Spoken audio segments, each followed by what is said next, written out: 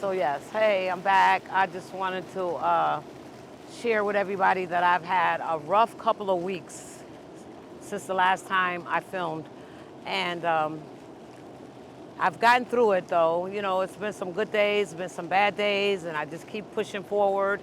And the craziest thing is that I lost contact with my photographer, and I didn't have any way to get back in touch with him. I'm like, oh Lord, here we go again, just like the book, starting over, starting over. And but somehow by God's grace, I ran back into him. I said, I'm gonna go down here by where he lived at, and I'm gonna stalk him if I have to. And I pulled up, and there he was coming in, going into the garage, and I started blowing the horn, and probably scared him. And then I jumped out the car and I ran over there, and I was telling him what happened, that my number had changed. And but like I said, at the time I couldn't think of the word. It was faith. It was nothing but faith that I ran back into him, because I had no way to reach him unless I went and stood by his building downtown till I see him one day. So yeah, I had been going through so much prior, and I was trying, when I was able to reach out to him, and I was telling him about all the different stuff that was going on, how I've been feeling and stuff that was going on with my daughter, with her addiction, and how I felt. But by God's grace, she's doing better. And all we have is one day at a time, you know what I'm saying? We just have one day at a time. But she's getting the help that she needs now, but it's been a struggle for her. It's been a struggle for myself. But I just want to say she's a very strong young lady, because through it all, she stayed in position to get to the next step. And it was hard. Staying at the mission is a very hard task, you know, but each day I've seen her going there. Sometime I'll see her, she going the opposite ways than where she should have been going, and I'll tell her, other way. And, but it's been a journey. Everything is like a journey when it comes to trying to stay clean, you know. It's not easy. It's not easy. And in the midst of it, me going back and forth to the mission, you know, for her to stay on track, to prepare herself to go further ahead to another position to get better and get help. I see a lot of addicts that's actively using today, and I see myself, you know. I see myself clear and clear. I learn more about myself each time I see someone struggling or seeing someone going through addiction and their mental health. And it lets me know that it's only God that got me where I'm at. It's not me. It's nothing about me. It's all God, you know? And I just want to help more and more to help other addicts and other people that's struggling through homelessness, domestic violence. I've been through all that stuff myself. So I just wanted to reach out more and share more about the stuff that I've experienced, and hoping that it will help someone else. So, yeah, it's a struggle. Like, I used to hate when people used to say, they're doing just what they want to do, you know? They're doing just what they want to do. They know how to get help, you know, but it's not easy. Everybody needs somebody to be able to hold their hand somewhat and have a shoulder to lean on. They need to know that somebody still believes in them, even at their worst. At their worst is when they need it most. Like they say when it comes to church, they say, come as you are, you know, because if you got it all together, then what can God do for you? What could he fix? You already got it together. So God said, come as you are. And that's how I look at it when it comes to addiction. It shouldn't matter. If someone needs help, it shouldn't matter how they look, how they smell. You got to give them a helping hand, especially if you're supposed to be clean yourself and been in recovery, where that you understand, you know? If you understand about the addiction and been through it yourself, you should know that it shouldn't matter how you smell, how you look. Just give somebody some love, you know? Hug them, tell them that it's gonna be okay. Take time out, you know? Take time out just to listen to them. Even if it seems like they're not making no sense, they're making sense to themselves. They're still reaching out for help. And as far as myself, like I said, I'm just getting more connected with the disease of addiction, more outside of the rooms than inside. Inside is good. It's really good. It got me to where I'm at today. but the outside is where it's really going on at. Down by the Mission, down by the park, down by the hub right there. You know what I'm saying? I just want to be able to just help anybody and everybody if I can to get to the next step, to get to the next level. All they want to know is that that somebody loves them. Because when I was in my addiction, I ran, I hid. I didn't want to be seen by anyone, no loved ones or nothing. And I felt like nobody loved me. And all the time, my family did love me. They were right there. And that's why I try to tell my family members about my daughter, the one that's getting help right now, today, one day at a time. She was right there in the middle of the beast in the Pioneer Homes, right there in the center, in the lion's den.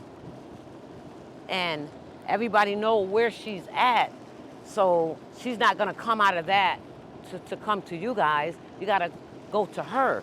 Even if it seemed like it's not gonna make a difference, it really does. It really does. Because all she had was so-called friends that came through just to try to give her the next one to have somewhere to live themselves. And it was hard for her because that's all she knew is to go from A to B too, to get high and back to the apartment just to rest whenever she got a chance to rest. Besides that, it just seems like doors were closed to her. That's what she said to me. And that's how I felt too at times. I felt like it when I was in my addiction that doors was closed, but I closed the doors by leaving, you know? So, but for her, she was right there, and I try to tell family members, go to her.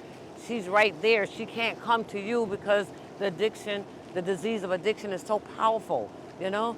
So, yeah, what I want to do one day, I want to be able to help other people. I want to be able to help other people that's been where I was, you know?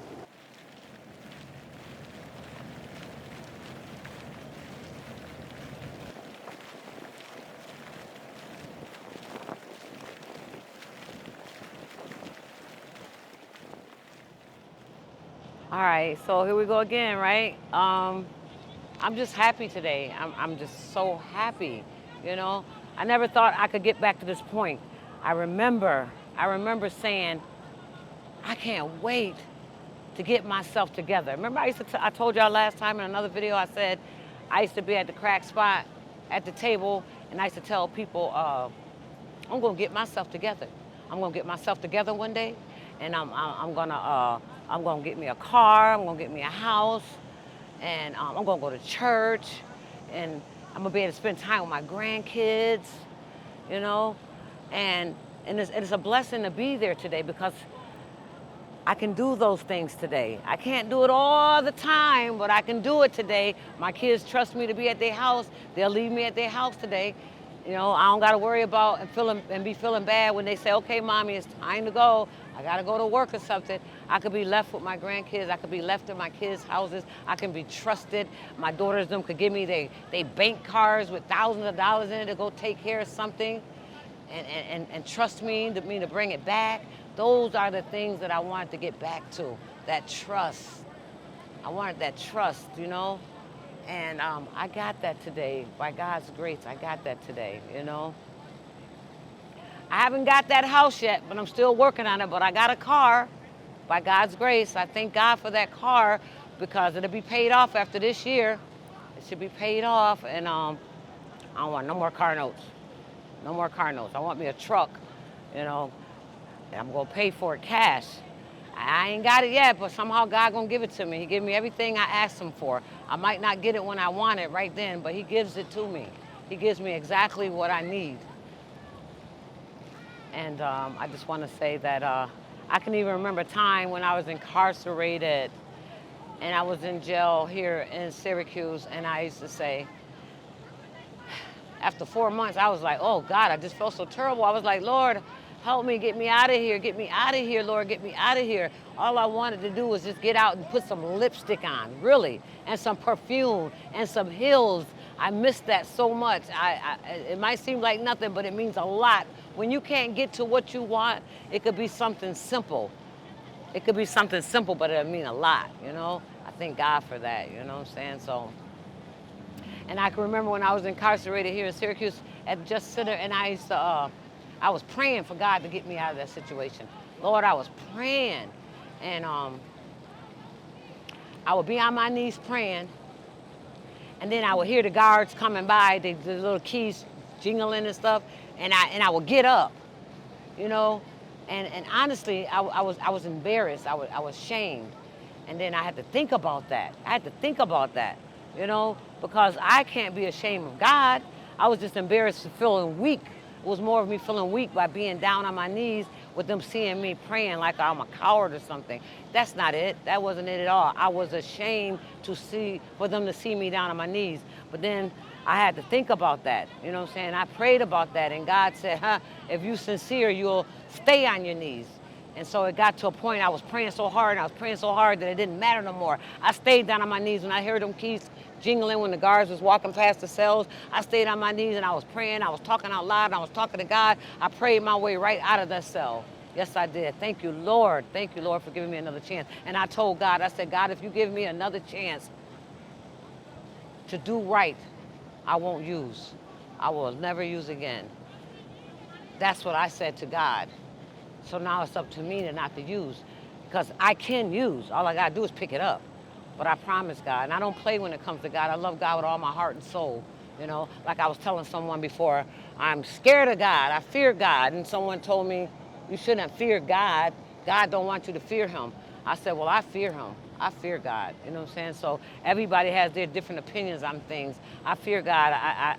I believe that when it comes to God, that you have to be honest. You have to be sincere.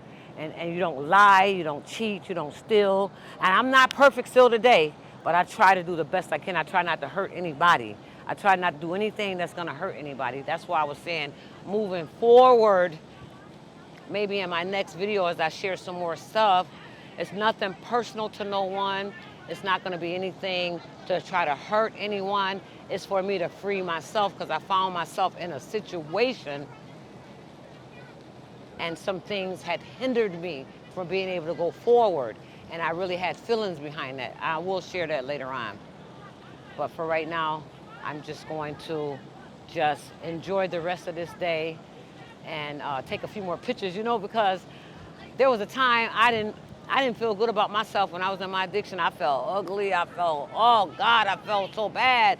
But, you know, I feel good about myself now. I don't think I'm the most beautiful person in the world, but I hear a lot that I am beautiful, so I'll take that.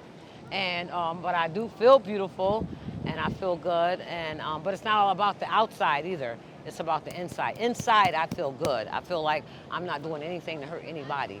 All I want to do is do the work of the Lord, and in the way that God leads me to do. Like I said before, I don't go to church like I should. Haven't been to church. Haven't been to meetings, but I did go to a meeting last week. I did. I went to a meeting last week, right? On my way there, I ate some fish, and I got a bone caught in my throat after being asked to speak. I got asked to speak and cheer the meeting, speak the meeting as a speaker. And I said yes, immediately. I said yes, even though I haven't been to meetings in over 7 months or 8 months. You know, I be obedient the best I can. When you're supposed to be obedient, you got to be obedient. So I said yes.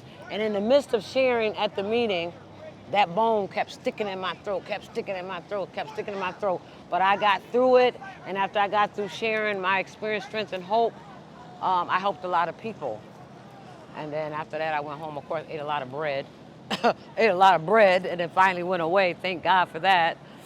And so, yeah, I like to just share a little bit of anything and everything, because I'm pretty sure anything that I talk about, it might sound silly, but guess what? Everybody been through it. Everybody been through it. It's been a long time since I had a bone stuck in my throat since I was a little kid. And I guarantee you now I won't eat no fish no more for a long time.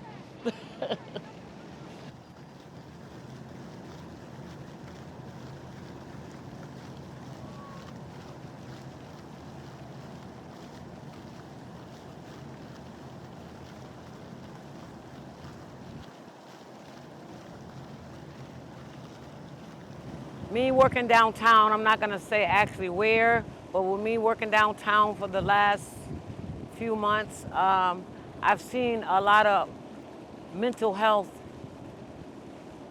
and people in addiction up close, right up close. My daughter, of course, I said that before, but I see a lot more. It's not just her. It wasn't just me, you know. But when you actually see it up close, for myself, it shows me that I have a lot of work to do. I I got a lot of work to do, but it could be a lot easier if people can just give me a helping hand by guiding me, showing me a way to do things that can help other people. You know, if there's anybody that have anything that they want to donate, you'll see me out there making sure I pass it out to the people. If there's anybody that have any perished foods or anything where I can go home and cook it and come back out and feed the people, I'll do it. It's called hands-on. I don't need a group of people, but anybody that wants to help, they can help. They can just contact me. I'll give you more information. But in the meanwhile, I'm gonna start myself. I've did it before when I lived in Camillus. Like I said, I just did it. It just happened. It was God leading me, you know, and I fed a lot of people. And they said to me, what organization are you through? I said, I just did this from my heart, you know, just from my heart. And if I did it that day, I know I can do it again. But I want to be able to do it as often as possible. I know that it's possible because I did it before, all by myself, with the help of God. You know what I'm saying? With the help of God. Because at the end of the day, I wouldn't have had the stuff that I had if it wasn't for God supplying me with them, you know, and giving me the heart to want to move forward to do it. It had nothing to do with me. It was all God. He guided me, you know. So and I remember that day so clearly. It was beautiful. The food was good. I cooked it from my heart, you know. I'm not going to give anybody anything I don't want. I cooked it from my heart, and they enjoyed it. And I want to be able to do it again. I want to be able to do it as much as possible. So if there's anybody that can reach out to me and donate anything that you can so that I can help other people, I really appreciate it, you know, because it's a struggle. It's a struggle. I see so many people that's doing good and doing okay, and they just judge people with mental health. They talk about them. They talk about how they smell and how crazy they are, and it makes me so uncomfortable. And I tell them, listen, it could be you, it could be me, you know. You don't judge people because everybody has a story. Everybody has a story. And if you judge somebody, that means you're no better, you're worse than they are, because you're supposed to give people a helping hand. So me, myself, I just want to be able to do all I can to help someone. And I'm just looking forward to hearing from everybody that could give me a helping hand and help me out here. And I'm just going to stay focused and talk to as many people as I can to try to get this ball rolling. I really need help. Anybody can reach out.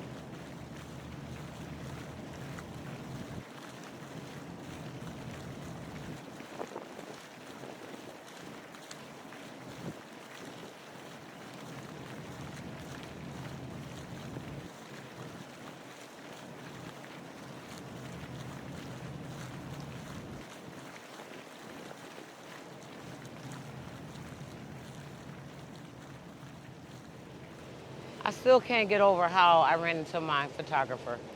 It was all fate, you know? And it seems like every time I try to do something, something happens. But nothing happens by mistake. Just even meeting my photographer was nothing but God, because God knew my story. He knows my story too better than I do. I know my story better than anybody else, but God knows everything, you know? And I believe in God with all my heart and soul, and I truly believe that God is going to make this happen. He's going to provide me with the things that I need to be able to help people, because that's my calling. I just needed someone in my life to believe in me, to guide me and get me exposed so that people can hear the things that I want to do. And with people hearing the things that I want to do, if you're able to support me in any kind of way, please reach out. I will send information out so that you can contact me. I want to start this mission that's way overdue. I want to dedicate my life to this here, because this is the stuff that's going to keep me clean too. Because when I'm around other addicts and people with mental health, it reminds me of where I was at one point and where I still am. It's just by God's grace each day that I'm doing better, because I choose not to pick up the drug. So I just want people to reach out to me, and I'm just going to keep reaching out to people, and I'm going to keep sharing the things that I'm trying to do. And I want you guys to pray for my daughter, who's doing good today, yesterday. All we have is today. Each moment is a miracle. I want y'all to keep her in prayer, keep me in prayer, and I'm going to keep everybody in prayer. Ever since I was a little girl, when I used to pray, I used to say, I pray for everybody, even those under the bridge, those that's just homeless, everybody, God. So there is somebody praying for you even when you don't know it, you know? So I just want to say it's been a beautiful day. I thank God that my photographer took time out today to do this filming and to get out what I'm trying to do so that I can share with everybody what I'm trying to do. And like I said, myself, I don't have a desire to use, but I don't have to want to use. And but each day I remember where I used to be, where I was at, how far I've came. And I just want to thank God for that, you know. I just try to do everything I can to help people get better, you know, because at any moment I could use. It could just happen. And I just want people to know if something was to ever happen to me and if I fell short and went back to using, I want people to remember the things that I was doing, you know, to try to make a better life for people, you know. So again, I don't have a desire to use, but like I said, anything can happen. So like I said, when I used to go back out and use over the years back in my days, people used to say, I knew you'll be back. I knew you'll be back. They'd be waiting on you, you know, especially when you got a little time clean and, you know, I don't have no money, but I have a couple of dollars to get what I want today. If I want a cold soda on a hot day, I can go buy that, you know. But people think when you're not using that you got a little bit more than what you had when you were using every day. So they waiting on you, you know. They waiting on somebody to fall victim again, you know. But keep me in prayer because I've been going through a lot of life on life turns. I've been going through a lot. Like, at some days I thought I was gonna lose my sanity with the stuff that I had to endure with my daughter. Just not being able to do anything to help her, just not being able to do anything has been really, really hard for me. It's been really, really hard. But by God's grace, I get through it. I keep praying, you know? And like I said, there's a light on the other side. God is real, and the disease of addiction is real. And I just wanna just keep going strong. I wanna stay clean, because with me staying clean, then I can help other people and do things that I wanna do, you know? So, and sometimes I sit at home and I be thinking of stuff that I wanna share, and now the tables just seem to be turning now, you know? Yeah, it's important for me to share things about myself and my struggles and stuff, of course, but I want to hear more about other people's struggles. I want people to come face to face with me, like I did interviews in the past. They're on YouTube. I did interviews in the past. I want to be up close to people so that not only I share my story, that they can share their story, so we can share with each other, so that we can give each other strength. We can give each other strength, hope, and encouragement.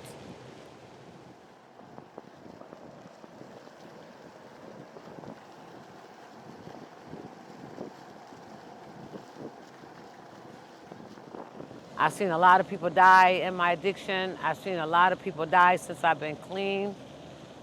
And a lot of people that I've known and went to, interacted with, been around, and they died, you know, and it could have been me. But by God's grace, I'm still here. I have another chance, and I want to thank him every day, you know.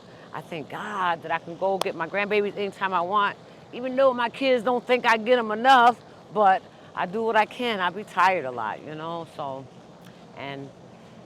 but I feel good about myself today. I feel real, real good about myself today.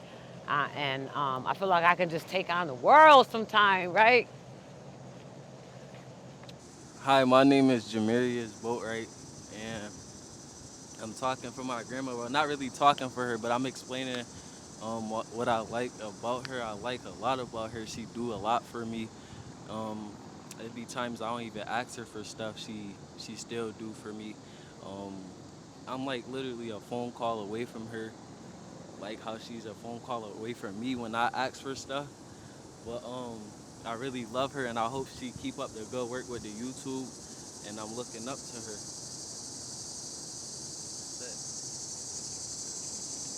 Thank you, Jamarius. I'm so proud of you. I know you're gonna go a long ways in life too, and I thank you for always being there for me and just being there to have somebody to talk to in the middle of the night or during the day or whenever. And I just want to tell you that I can see you going a long ways in life because you're a good kid, well, a good young man. You know, very smart and very intelligent. I can see a lot of things happening for you. Thank you. You're welcome.